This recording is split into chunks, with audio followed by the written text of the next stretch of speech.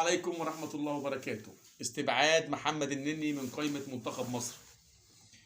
أقاويل بتقول إن محمد النني بسبب إن حسام حسن مش مقتنع بيه فنيا، وفي أقاويل بتقول إن محمد النني للأسف ما وروش جماهير تضغط على المدير الفني للمنتخب إن هو يبقى موجود والكلام ده كله. لو أي لعيب تاني محسوب على النادي الأهلي أو نادي الزمالك كان ممكن محمد النني ما يستبعدش من منتخب مصر.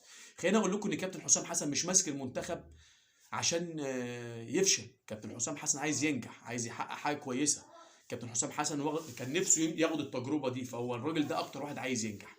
استبعاد النني طبيعي بسبب ان الراجل مش بيشارك مع الارسنال.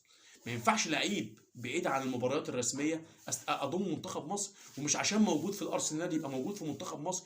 قيمه منتخب مصر كبيره جدا يا جماعه، ما تصدروش مشهد مش احسن حاجه، مش كويس. كابتن حسام عايز ينجح، لو النني هيفيده هيجيبه، لو النني هيفيده هيجيبه. فاتمنى الهدوء، بس ان كابتن حسام حسن سيبوه يشتغل براحته، سيبوا الراجل ياخد قراراته من دماغه، ما يبقاش عليه ضغط طول الوقت.